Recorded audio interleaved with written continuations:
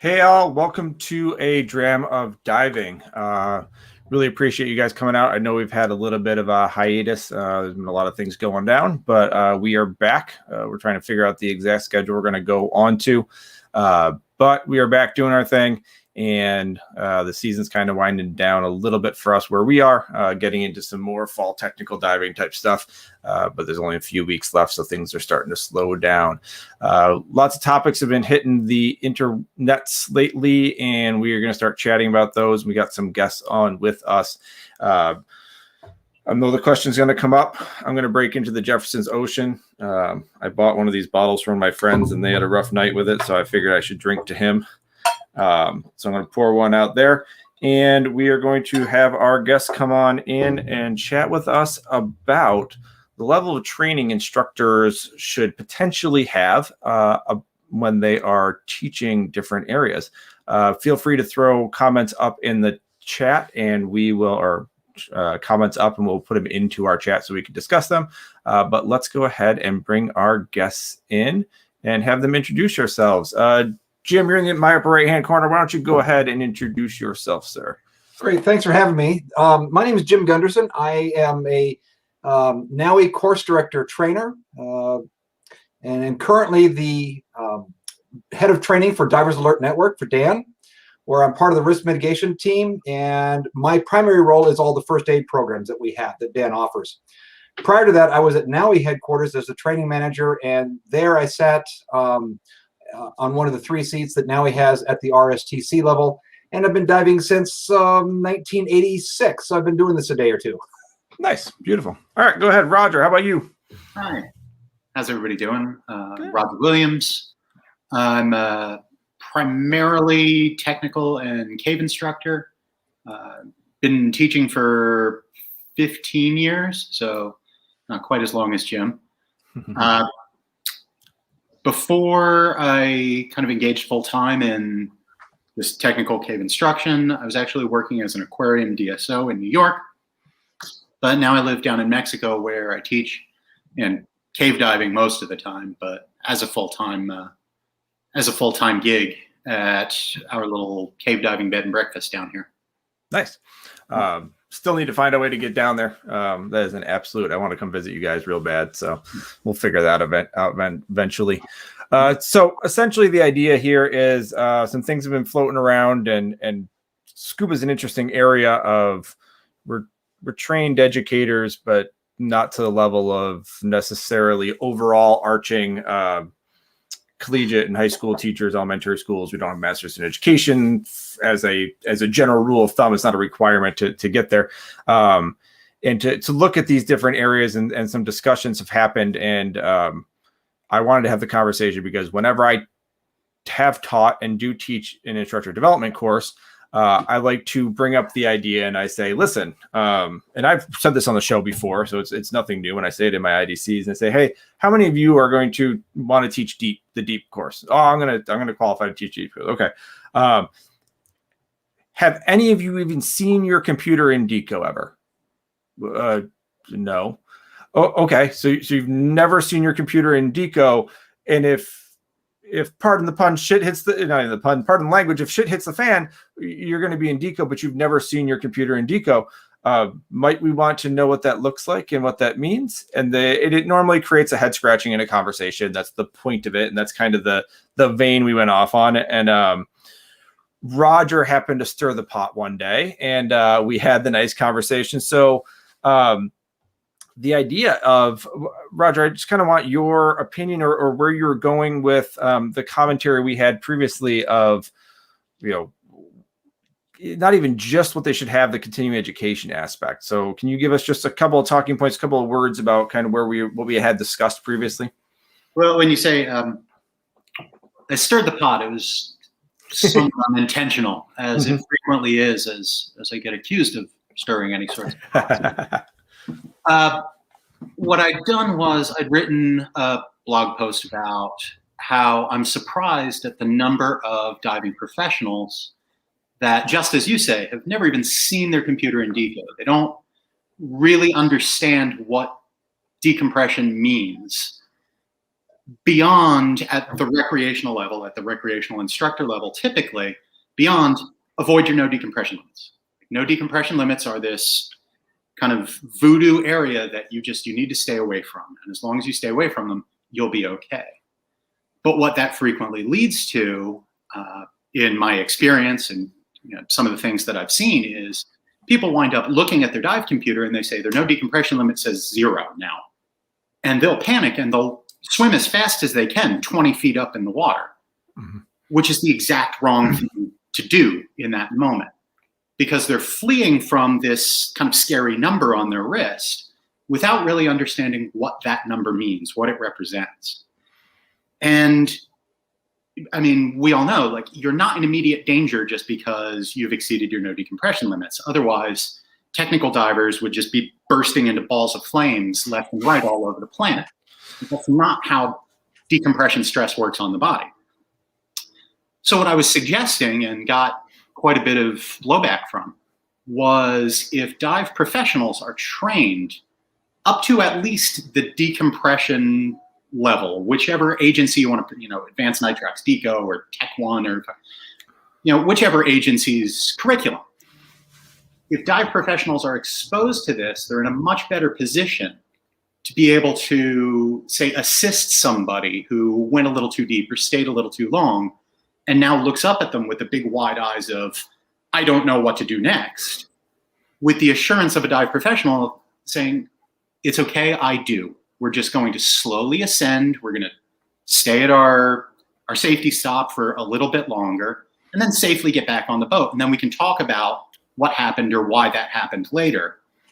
But I can bring you safely to the surface, because they have a greater understanding of kind of decompression physiology and decompression stress. A lot of people didn't really like that suggestion. Fair enough. And that's, it leads into a lot of different conversations, and I'm going to go with for you in a minute there, Jim. But I like to have people, oh, you're a tech diver. Like, yeah.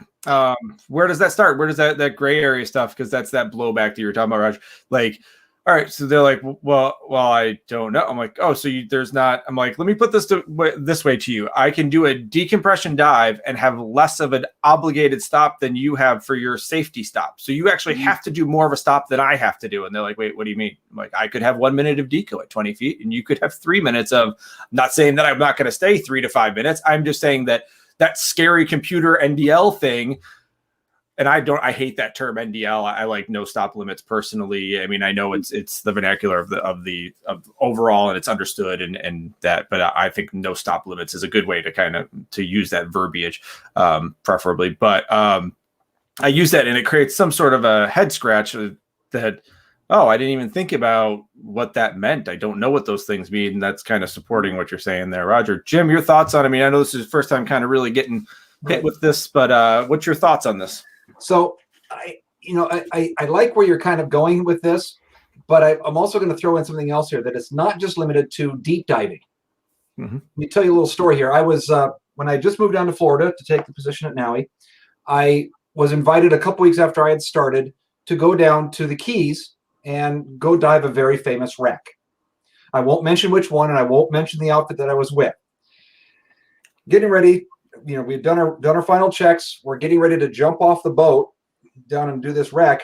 And the dive master, he's checking my gas, making sure it's on. And he looks down, and my regulator was still configured for a dry suit. So I had my dry suit whip hanging down. And the dive master looks down and says, "You forgot to hook up your BC." Just as he was looking at my BC and sees that it's connected. And he says, "What is that for?" and I said half jokingly that, "Oh, that's a spare BC whip just in case my buddies go sideways." He said, "Oh, that's a great idea."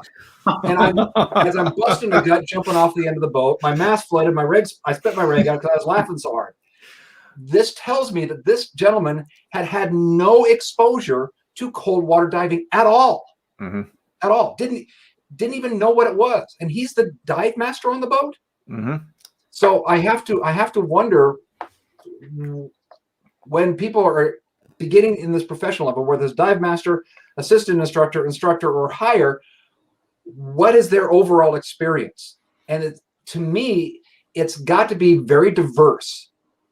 So you can have these more intelligent conversations about the equipment, about the aspects of any given dive, whether it's warm water, cold water, deep, shallow, currents, what flora, fauna you're going to be. They need to have a breadth of knowledge, whether that's through a class or ideally a class and experience. And I think that's key in becoming a really diversified and competent dive professional. Interesting. So I'm going to grab one of the comments that came off to the side here. It's pretty long, so I'm not going to put it up, and I'm going to kind of paraphrase it a little bit. But essentially, it's suggesting instructors should recertify every 1 to 2 years instead of paying a fee. Now, that becomes a little bit complicated to recertify and use that terminology. But if you look at a lot of other professions that deal with continuing education, you look at continuing education credits, continuing medical, CMEs, CMUs, all of those sorts of things, and actually creating a little bit more of a structure. Now we're a self-regulating agency, and we like to think that or world, the industry rather, we're self-regulating, and we'd hope that people do continuing education. And I advocate for continuing education all the time. And I say, go take this, go find out what they're doing. You really need, like, one of my favorite ones, I think, Roger, you're in with me on this, is human factors with the Gareth Locke stuff. I'm like, you need to, if you want to take a tech class, if you want to take a professional level class with me, this stuff is really golden. Please read this. Please look at that. I think it's a good educational tool there. And just continuing education and experiencing other instructors, co-teaching with somebody and seeing all these different things, I think recertify a little bit of a challenge, because you're telling someone they need to go back through everything again. And we see that with people who have been out for a long period of time. Also, we say, oh, you need to go redo everything. And they go, oh my God, how could you tell me I need to redo everything? And it's like, well, okay. Continuing education credits is a little bit different, and other industries have that in place. What do you think about that, Raj?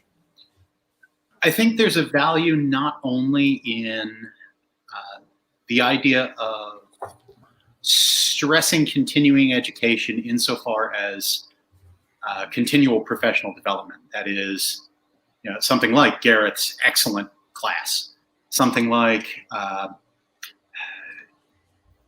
I don't know, nothing. Honestly, nothing. Well, I'm going to dovetail here. Butch Hendricks and Andrea Zafaris through Lifeguard Systems offers a professional dive rescue class that is just phenomenal. Mm-hmm. It will take it'll take your dive rescue to a whole new level. Mm-hmm. Wow. Yeah, and that's just it. Is the idea of continuing education insofar as improving on your professional skills. But I think there is also a value in remembering what it's like to be a student. Mm-hmm. Because while we're a self-regulating agency, perhaps because we're a self-regulating agency, there's kind of this misconception that once somebody reaches, the instructor, trainer level, Jim, looking at you, that's it. You've won. Like, you've won at scuba, and there's nothing more for you to know. And now you're second only to, God and the Great Barrier Reef. But to try and remember what it's like to be a student and have your ass handed to you from time to time, honestly, makes you a better instructor. You empathize better. Yeah, and that's why I mentioned that one course in particular through Lifeguard Systems, because this is a course that will challenge even the most seasoned diver. Yeah, absolutely. Yeah, and if you get the right people around, we can challenge each other. Hey, let's go do some work. Let's go work these things out. Absolutely. And I run workshops all over in my position. I've been all over the world running workshops, and to this day, I still pick up little tidbits from the workshop. Anybody that reaches that pinnacle and thinks they are the authority, they're not the one you want, because you want that hunger to learn and pick up those little tools and tricks that other people have learned and that you can learn from and pass on as well. Absolutely. Whether it's diving or first aid or underwater tiddlywinks, it doesn't matter. Yeah. Someone is always going to have something a little different and a little better for a particular set of circumstances than you do, and that's okay. Yeah, and you can pick up a lot. I mean, I pick up a lot. I teach a foundations course where we do a lot of video stuff, and we go back and we look at video later on, and even then, like every once in a while, we be going through the video with the students, and I go, "What the hell is that doing there on me? Like, why is that like that? Like, did something and like a clip slipped or something that I didn't realize?" I go, "Oh, geez, like I need to fix that right away." And you see that feedback. I'm an advanced nitrox deco procedures instructor trainer, and I took Mark Powell's deco class twice. And people are like, why are you doing that? I'm like, because I could go back through theory, and I'm sure I missed something the first 3 times and 4 times and 7 times I've taught it. Like I just need to see that, and it's good to go through those things. One of the things that you said just before, talking about perhaps using something like co-teaching as a potential development credit. I love co-teaching. I love having people along in my classes, co-teaching along with me, because again, Jim, just like you were just saying, everybody's got a little bit of a different presentation. They approach things from slightly different angles. And I mean, as we all know, like damn near every single student learns a little bit differently. And every once in a while, when you have one of those students that's like, I've used every trick I know to try and present this information to this person, and there's just something not clicking. Well, maybe if I'm co-teaching that day and somebody else just words it just a little bit differently, and now all of a sudden you see the light bulb go off in this person's head, and you're like, okay, great. Now that's something I need to file away that I can sort of happily plagiarize from one of my fellow instructors. And that tool may be great for working with a particular student or a class, but it won't work well for the next class. And that's okay, because 2 more classes down the road, that will come back into play. And you're going to bring that tool out of the toolbox. Absolutely. So Tom brings up a good question, which we kind of already talked about. What do we do about the deep course in particular? That's the example we were using previously. If we are not going to require instructors to have a course one up from what they're teaching. So if we're saying that we're not going to standardize that, how do we regulate that or make that happen? You guys want to tackle that first?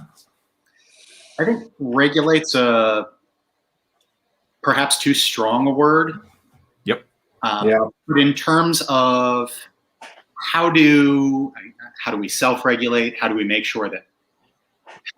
How do we hope that shops would try to ensure that the people they're sending out on deep classes or on deep dives are being watched over by somebody who's, again, kind of one up? I think that goes back to, again, Jim, what you were just saying is it's about experience variety. Like let's say I'm a dive master and I've gone to this one little shipwreck that it's 110 feet. And that's kind of the deepest I went when I first moved to this little island, and that's our deep dive. Now, even if I've done that a dozen times, 50 times, 100 times, that's still a very limited experience. I only know what to expect at 110 feet on this particular wreck. Well, yeah. You didn't do 25 dives. You did one dive 25 times. Exactly. Yeah. And that is, by the technical definition, that is 25 dives. However, what experience have you gained? Right. Exactly. Sorry to cut you off, Roger. No, not at all. Versus, say I'm that same dive master, but I've got a little bit of experience in the Great Lakes. I've got a little bit of experience in the St. Lawrence. Maybe I've got some experience in the Pacific Northwest. You've seen the way that water moves differently in a lot of different places. Now I've got comparison and contrasting happening in my head. So yeah, now it's not one dive 25 times anymore. And I, as a dive master, am probably better equipped to deal with people who may respond differently to that environment. Yeah, we've seen that a lot recently. I've been traveling a lot between New Jersey and we've got a lot of people that are doing offshore New Jersey stuff, come up doing St. Lawrence, and it's going back and forth, and we're diving with each other. And they come up and they're like, oh my God, some of them come up, oh my God, the current is just crazy. And you're like, no. I mean, you hold on a line, your knuckles are white, but it's okay. And then you go down there and you're like, oh, the ocean is kind of crazy. And they're like, it's 2 to 3 footers. What are you talking about? Why are you puking on the side of the boat? Like, we're used to 6s. And you're like, no. But it's just that weird different, like, yeah, it's all Northeast diving, but it's very, very different in those different places and causes some issues. And that's hard to go ahead and how do you tell someone, how do you even I don't even know, standardize, regulate, all those are bad words for it, but like, how do you verify their experience of going, you need 100 dives, you need 200 dives, you need 50 dives?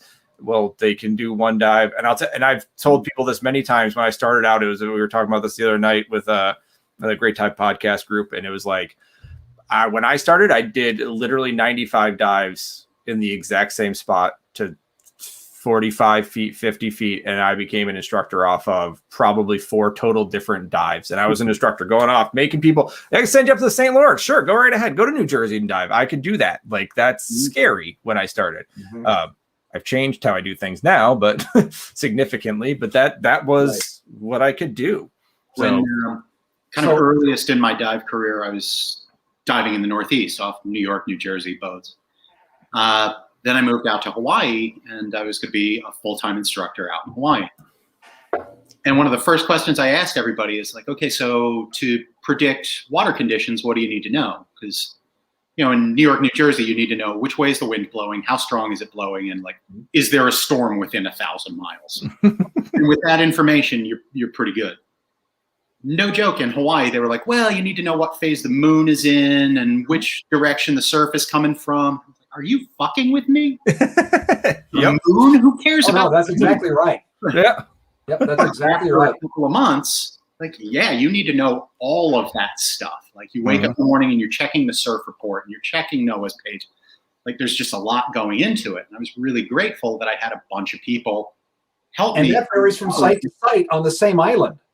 Oh yeah. Yeah, I was a research diver on the Big Island for 3 years with the university, and depending on where we were, we had, tide charts and moon phases was an absolute necessity. And there were others, it didn't matter.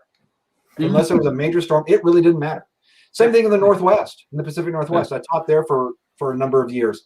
And some areas, I don't care how big the tide swing was, no to minimal current. Other areas, if you don't dive it at the moon's apogee on a half moon at this particular tide frame or this particular time frame, you're not doing that dive. I don't care how experienced you are, it ain't happening. Yeah, that happened to me recently. I was helping schedule the instructor trainer workshop for SDI, and I was like, all right, we'll just go at this time. And they're like, no, you're not. I'm like, what do you mean? No, we're not. Like, it's just, we just picked the time of the day. It's a short dive. What are you talking about? We just go. They're like, no, here's the tide table. And I was like, it's a shore dive. Like, I didn't even think it's a park. It's in, okay. Yeah, you're right. And it's like, it governs everything for that schedule now. It governs everything. It's just crazy. But now this gets back to, the sort of the strict topic, I suppose, of the podcast of what kind of certifications or qualifications, like, where should an instructor be? Yeah. Well, I was, technical instructor in the Northeast, diving off New York, New Jersey, wreck boats, ostensibly big fancy pants diving. Well, now I'm going to Hawaii and I'm just teaching kind of recreational level stuff. And I wasn't prepared when I first landed because my experience, like, I'd never dived in Hawaii. I had no idea what to expect. Yeah, sure, it's all well and good to just bob around at 30 feet on a reef and watch green turtles. But to be responsible for people in that same water, it took me a little bit to get to where I was comfortable with that idea. Despite all the fancy pants credentials, I needed some lead up. I needed some professional development before I was really capable of doing any of that as soon as I landed. Right. Because I was not going to be the sort of person who's, puffs my chest out. I know everybody. Just move over. I know what I'm doing. Yep.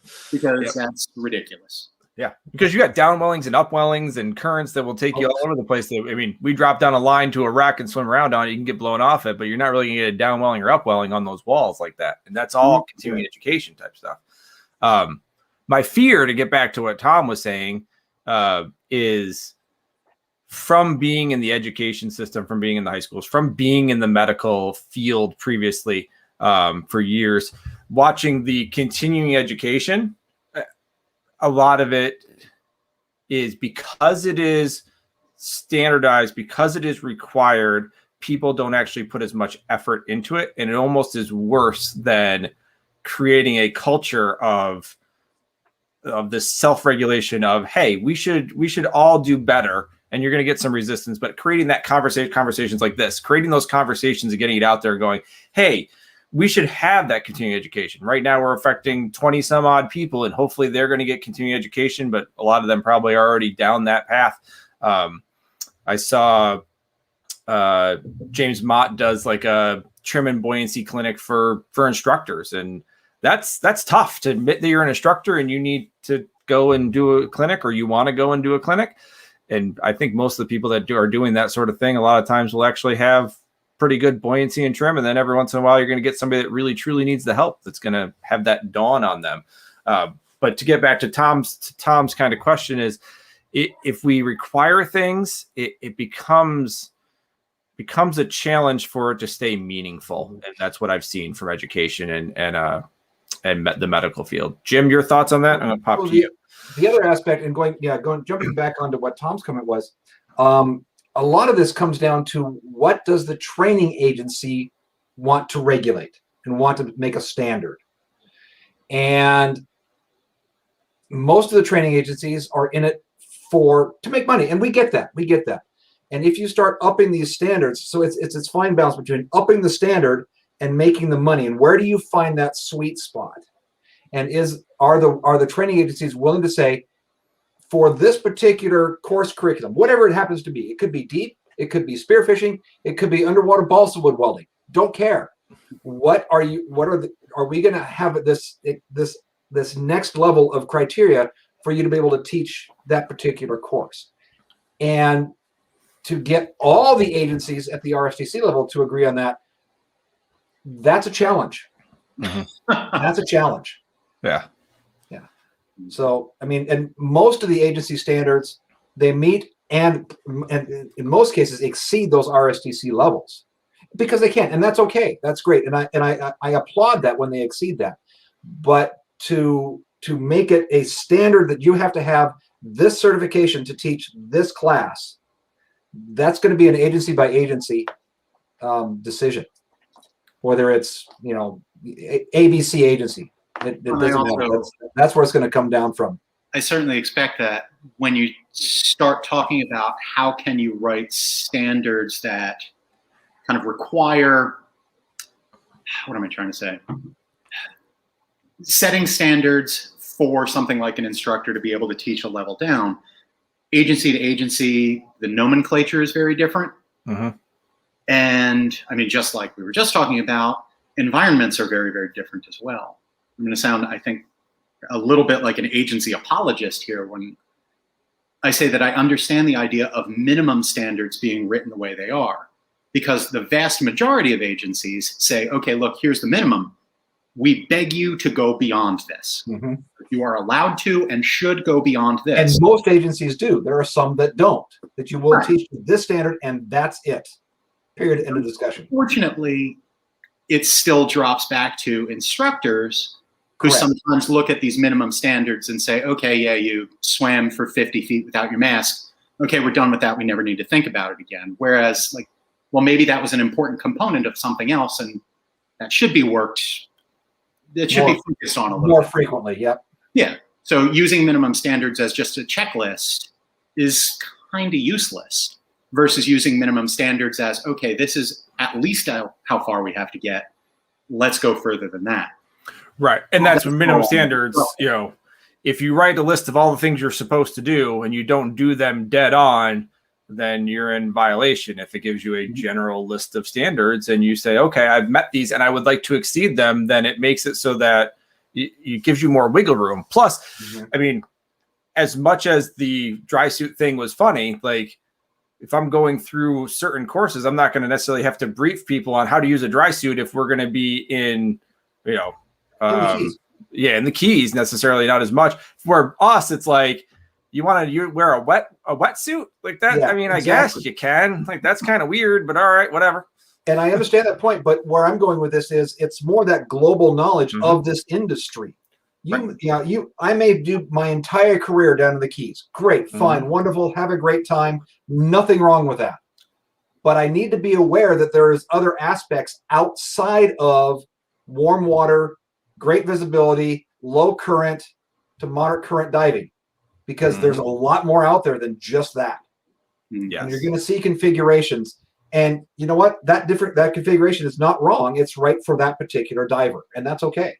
Yeah. But And we when saw they're that. not aware of it at all, We just had when I was running the shop full time, we had a dive master come down from Alaska.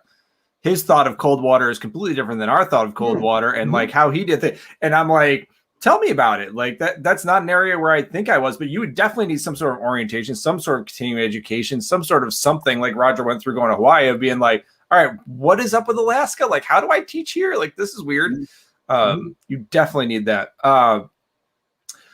Brock has a comment. And essentially, I'm going to give you the answer before I even put up there. It's the definition of what kind of makes a great instructor, Brock. I have heard many top tier instructors talk about taking courses with other top tier instructors, but I rarely hear the same from mid tier instructors. That's the idea, right? These people who are on the quest, it's learning to learn. It's learning for the sake of learning. They just want to absorb all this information. They just want to move forward, and they are a student of their craft. They just want to be better at it. I mean, 100%. I'd say almost every single person I've had on this show, if they're an instructor, I would like to take a course with them, or at least co-teach with them, or learn something from them, and that's why I have them on the show. But what are your guys' thoughts on that? Jim, we'll start with you since I've been with Roger a couple times. no worries. So this mindset is not limited to just diving. Mm-hmm.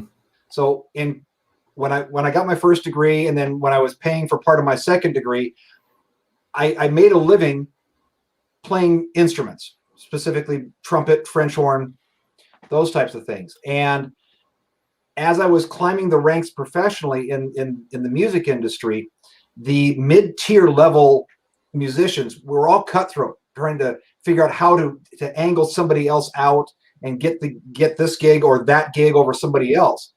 When you reach the top tiers, the absolute superstars in that industry, I found them to be, every single one of them, to be incredibly helpful, supportive, that mentor role.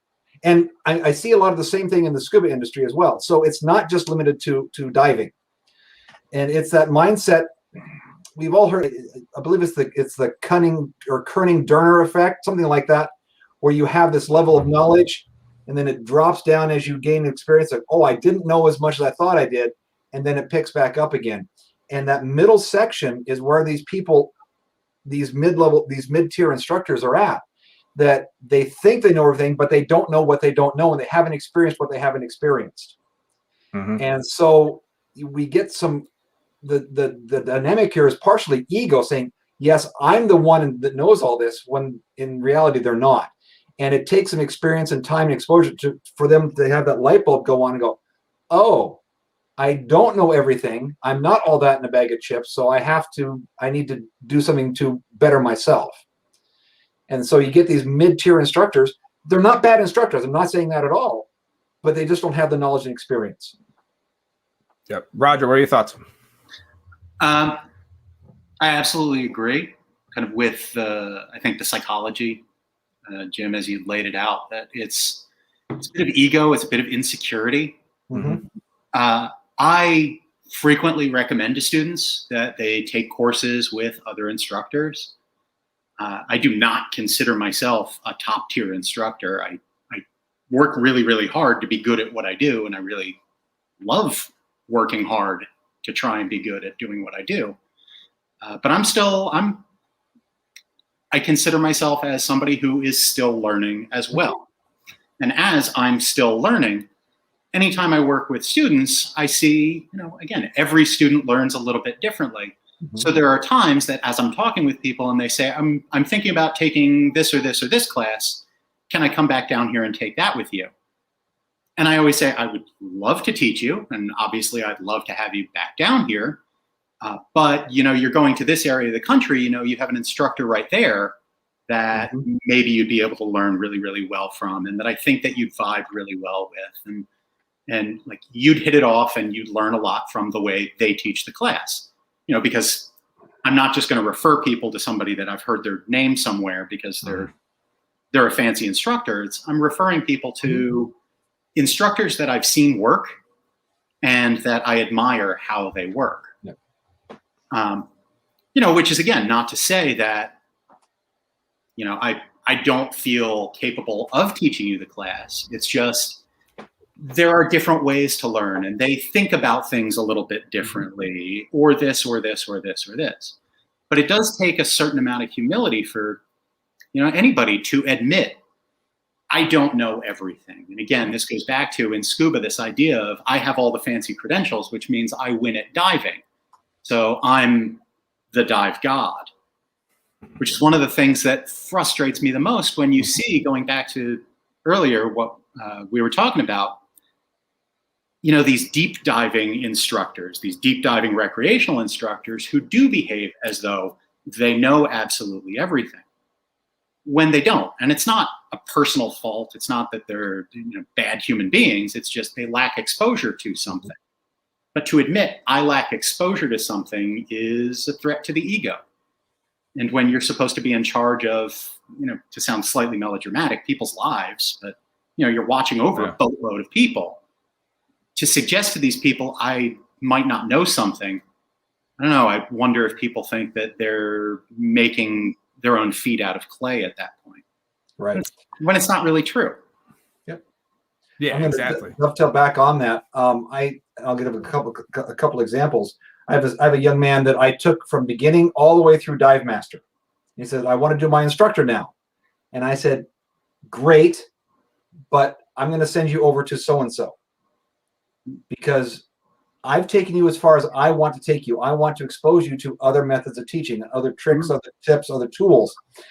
And when I was coming up through the ranks, I did my Dive Master with one instructor, my instructor with a second, my instructor trainer with a third, and my course director with a fourth, on purpose, because I wanted to see different techniques and different experiences, because that's how we grow. No, I think that's just it. And one of the prime reasons why I will frequently tell students, like, hey, why don't you go and train with so-and-so? Because I don't want to make carbon copies of myself. I know how I think about things. I know how I train things. And I like the way that I dive and I like the way that I teach, but there are other ways.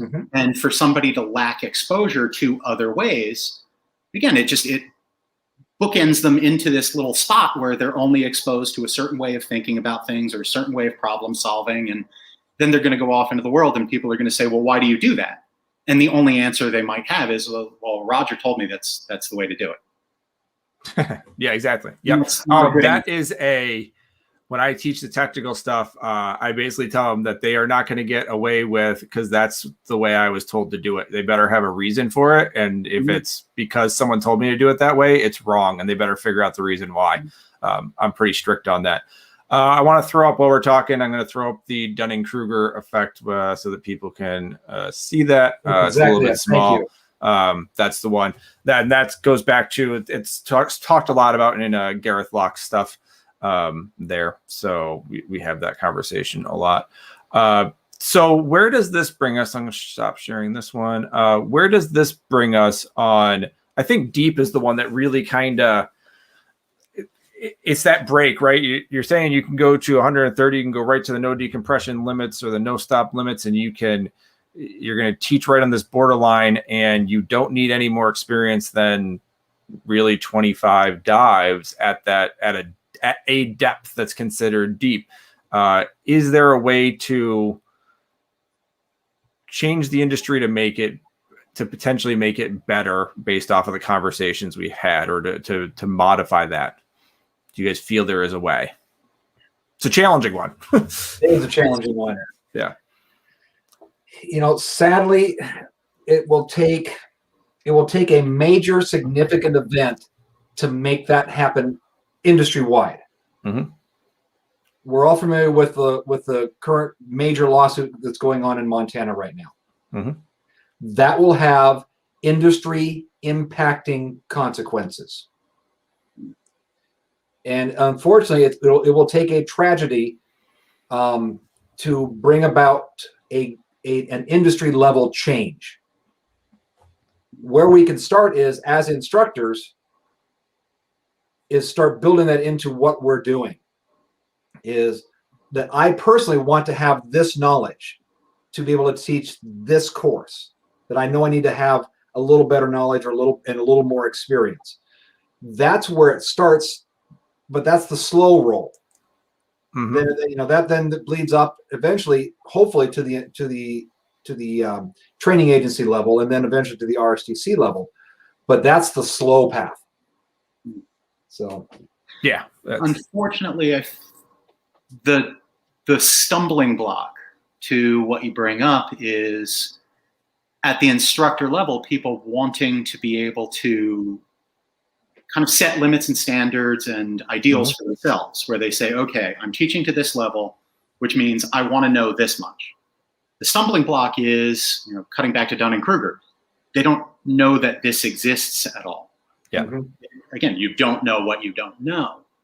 And when you don't know what you don't know, you can't really make plans for being able to exceed your own expectations or limits or right. whatever it is you're going to set for yourself. The other aspect in here is, instructors want to make money, so they don't want to turn that student away. Right. Because that's a paycheck for them. That's a car payment. That's a house payment. That's your next grocery shopping trip. Or to be slightly more cynical about it, it's just you show up at the shop that morning and your name is on the board. Yeah. Right. X and X class. Yep. And how do you turn that away and save face? Yeah, a lot of it's a challenge, right? So I do it a lot with Tim Andrew commented in here, but I do it often with Tim, where we have public safety divers that come to me, and I'm a civilian, so I don't know anything clearly. And I go, yeah, I might not know anything, but I know somebody that kind of knows some stuff. Why don't you just go at least talk to him or kind of see what he does, and then see how that might work with your public safety team.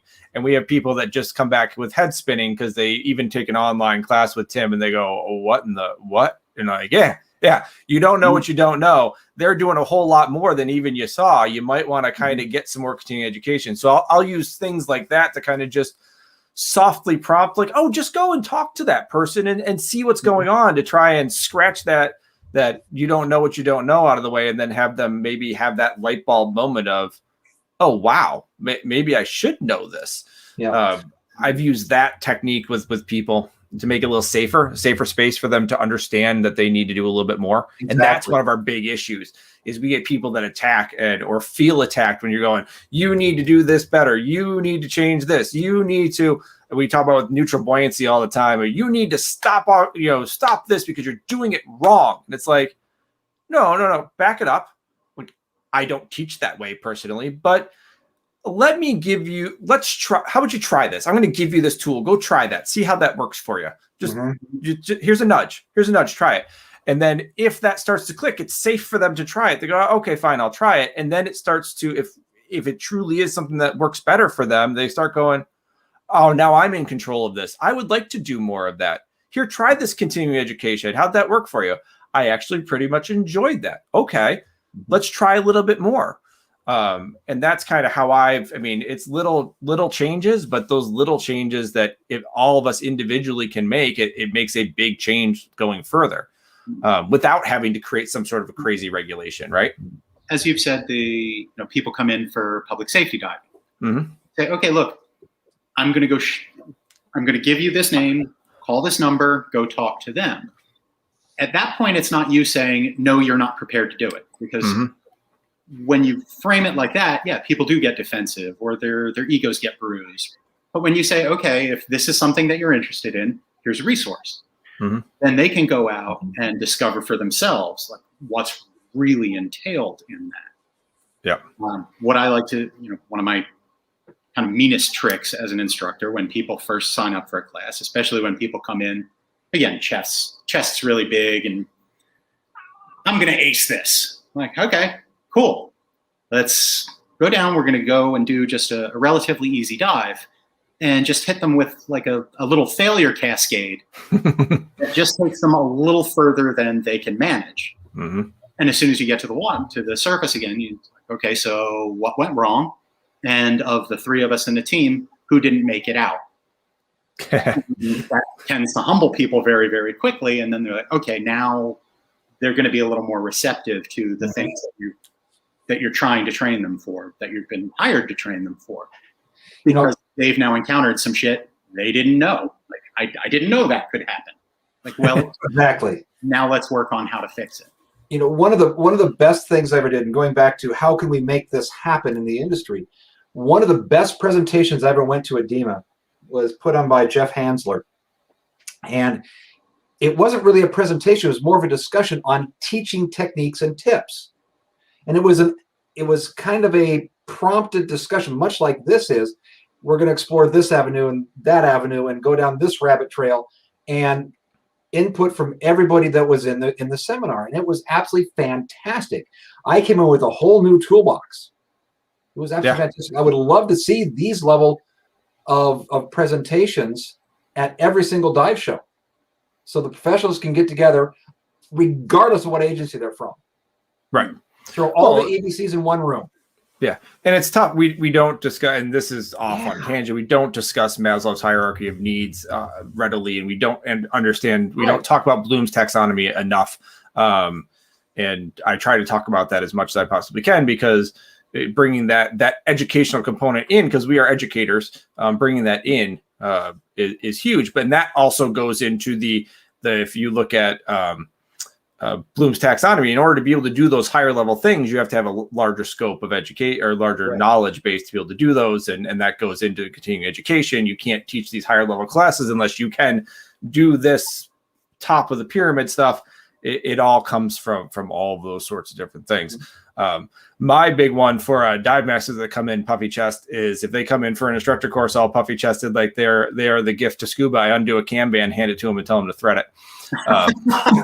Most of them have no clue how to do it. So they look at me and go, like, all right, so we have some things to learn. Yeah. To the BC. Yeah. We have some things to learn, don't we? I use that one a lot. I think one of the most valuable things that's happening right now in the dive industry, you brought up earlier, which is Gareth's courses.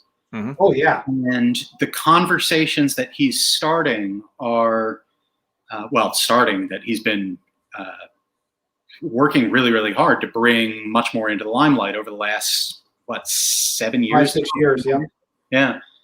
Yeah. Kind of all revolve pretty directly around a bunch of the things that we've been talking about, but at a more groundswell level, at more of a dive team level, and then at the leadership level as well. Yeah.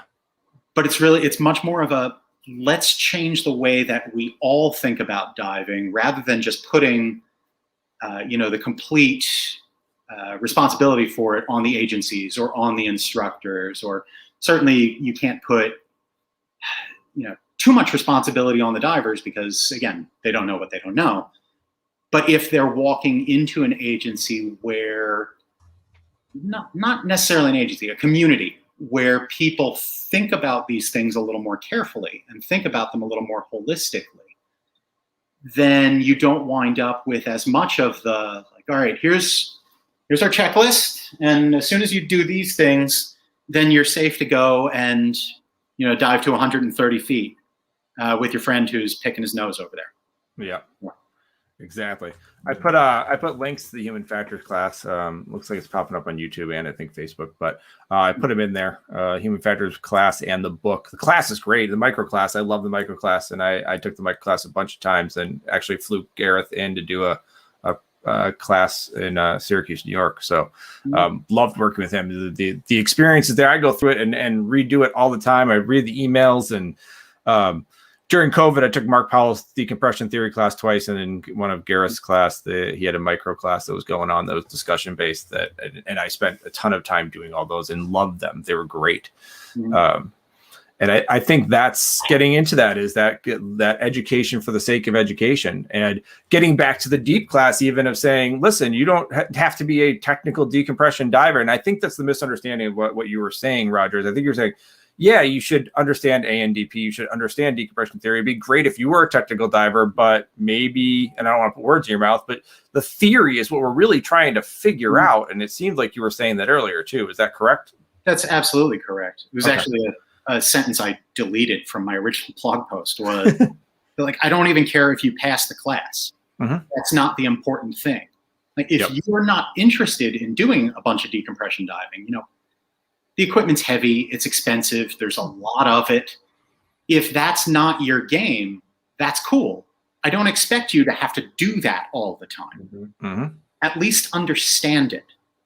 Now, if you're going to start taking people into decompression, if you do one deco dive a year, that is not enough. You need to be experienced, Yeah. as experienced a decompression diver as you possibly can before you are expected to be responsible for other people. But if you know for a fact that my career is I'm going to teach deep diver classes at the recreational level, don't give a damn about what's deeper than 130 feet. Okay. You don't need to go deeper than 130 feet. There's just more water down there. Yep. At least understand what's happening. Have a better understanding of the concepts of decompression than, here's our limit and we can't go past it and then we have to get back on the boat. Mm-hmm. That's an insufficient understanding of, what's happening to everybody's bodies. So. Yeah. Brock throws a good one, not to cut you off, Jim. But the first time you see Deco on your computer should not be with students. He is absolutely, completely right. Amen. Yes, 100%. Jim, your thoughts on what Roger was saying? No, I totally agree, because when I first started getting into technical diving, I about choked on the price tag, and my wife had a hemorrhage. So. It's expensive and it's not for everybody, and that's okay. But I agree. There needs to be at least the academic knowledge there behind what's going on. Mm-hmm.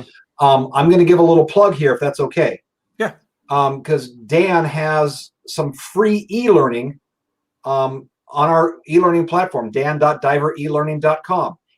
You can register for free, and there's a number of free e-learnings on deco theory, on diabetes and diving, on ears and diving. There are a lot of different stuff out there that Dan puts out for free to anybody in the industry. Mm-hmm. And that's a good place to start. Some of it's pretty heady because it's put on by diving physicians for other diving physicians. But it starts, exposing people to having that conversation. Yeah, and it creates more. And like I was saying before, here's a little safe, free little continuing education. How'd you like that? Would you like some more continuing education? Like, hopefully you do, because that'd be great. Like, let's go ahead and move up through there. So take this. I'll throw the link in. Dan sent me the link, so I'll put the link in the comments for you guys so you can get a hold of those. Yeah, I mean, I am any continuing education that we can get people in on is amazing. Well, because it opens doors too, doesn't it? I mean, it does. The old analogy that, like any one question that's answered brings up 10 more questions. Mm-hmm. So yeah, you take, a Dan e-learning course on, diabetes and diving. Like your favorite dive buddy is diabetic. You're curious. You start reading about it. Well, halfway through that, it starts talking about, diving fitness. Well, let me learn a little bit more about diving fitness. Right. As you're working your way through diving fitness, you start talking about things like aging in diving. Like, there are a lot of questions, and this sort of garden of forking paths, I mean, it has no end. Mm-hmm. Correct. So yeah, as soon as you decide, I have a question that I'd like to pursue in diving, then that might lead to more interesting questions versus this theory of, I know everything about diving, I'm done now, which is patently false. Right. And that is one of the big issues in the industry that no standard, no regulation, nothing can get rid of, is that people think there are a good number of instructors that think that they need to be God's gift to diving to teach diving. And you don't. You just need to be a diver. You need to love the sport. You need to just go after the education and really kind of be a student of your craft, right? I mean, that's and I don't think anybody would, well, people won't tend to argue that, but apparently they do in public still. So I'm not quite sure. It is what it is. God bless the internet. Yeah. God bless the internet. Behind the keyboard's fine. But we are basically coming to a close on our time. We solved a bunch and also solved nothing at the same time. It is like 39 times I have solved nothing and solved everything at the same time. And like you said, Roger, we have one show and 10 side tracks come of it, and maybe we'll get down the road for different things. We're going to be coming up on episode 40 pretty soon, and I don't know what to do yet, but I'm sure you'll post something, Roger. You meant to be completely innocent and create some sort of hornet's nest that I can work off of. So it's just a talent. Yeah, it is impressive. I will tell you this, watching from the outside, I'm like, oh, that makes sense. And oh my God, what happened? So the things that I say that I always think are the most innocuous are the ones that people lose their goddamn minds about. Yeah, you got to watch, Jim. If you watch you got to step back and let Roger take the heat. But you can watch. It's a good show. It's a very good show. It could be its own like podcast. Just let the comments roll through on a live feed. All right. Well, I will say thank you to you, gentlemen. Then I'm going to say thank you to all of our guests, and then I'll come back and say goodnight to you guys. So thank you. If there's any closing comments you guys want to make, go ahead and do them now. Jim, I'll start with you. No, just thanks for having me, Jay. It's been great, a lot of fun. And Roger, I've heard a lot of really good things about you. Oh, well, that's both flattering and horrifying. One of our interns is one of your students, and she speaks very, very highly of you. Oh, of course. Yeah, she's Yep. Yeah, she left here and went basically straight up there. Yeah, straight up here, and she's been a delight to work with. Yeah, I had the exact same experience. Yep. So, yeah. Similarly, thanks so much as ever. It's been a pleasure. I'm glad you kind of hit the ground running again. Yeah. Looking forward to lots more interesting topics. Thank you very much. All right, I'll let you guys go, and then I'll come back with you guys. All right. Good evening, all. Thanks, guys. All right. Well, thank you again for joining a Dram of Diving. As always, you'll see the Patreon link at the beginning in the comments, and then also our Truck Lagoon trip that's going off next March. There are a few spots left for that. We're super excited for that coming up. In links, you'll see the links to the Dan stuff, and to we're gonna have to get Roger to throw a link up to his humble abode down in Mexico. We'll throw a link up in there. So he's got that, and then some of the human factor stuff we discussed throughout the entire show is inside the Gareth Locke stuff is inside the comments there. So go right ahead and take a look at those. I will put Roger's link right here. So if you guys are looking to go down to Mexico and hang out with some cool cats, go ahead and do that. Roger and Nelly are down there. But again, thank you very much. You will get a like and follow thing right here on YouTube. Over on my right-hand side. So I really appreciate everything. I'm glad to see you guys back. We're going to try and do something big and special for our 40th. Maybe not a full Shearwater giveaway, but something pretty good. So 40th and 50th, we'll try to make something special out of that. So again, thank you very much, guys, and have a wonderful night.